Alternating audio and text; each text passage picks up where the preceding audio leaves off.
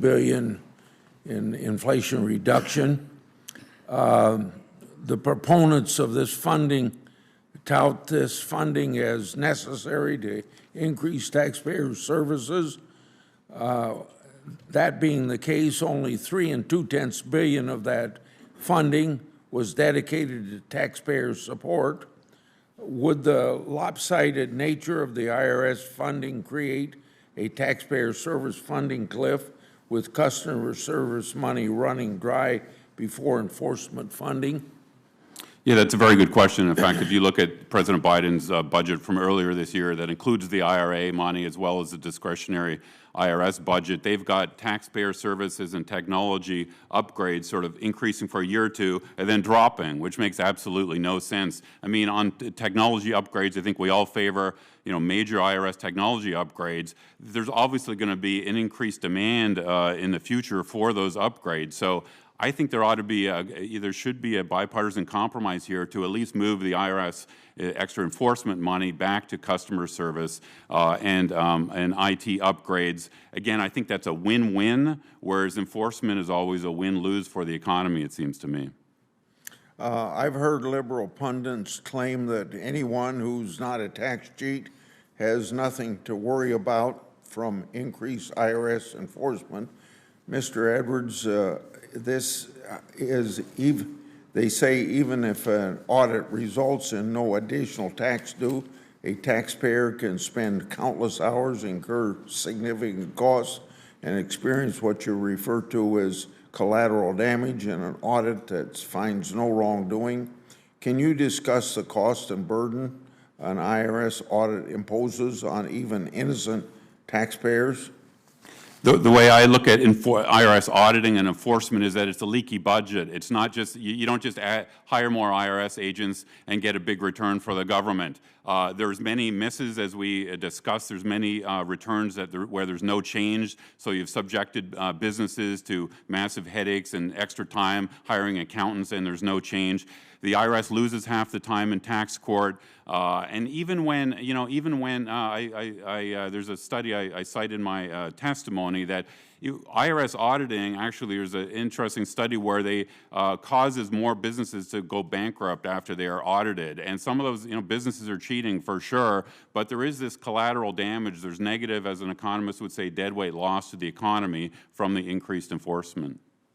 Let's look at this tax gap, Mr. Edwards, of $625 billion. We've heard from some who believe the tax gap is substantially greater and that the IRS estimates are below the true number. However, there are reasons to believe that the IRS tax gap estimate may be overstated. Even though IRS loses nearly half the time at tax court, as you just said, the IRS's methodology for measuring the tax gap includes upward adjustments that are recommended by frontline examiners but reversed by administrative appeal or judicial review. Doesn't this suggest that the tax gap, which Democrats have used to justify increased enforcement, may be overstated? I think that's right. I think that I've read Professor Sarin's work. It's excellent. It's very interesting. But the IRS just came out with their new tax gap report last month, and it says our tax gap is about the same as it's been for decades as a share of GDP.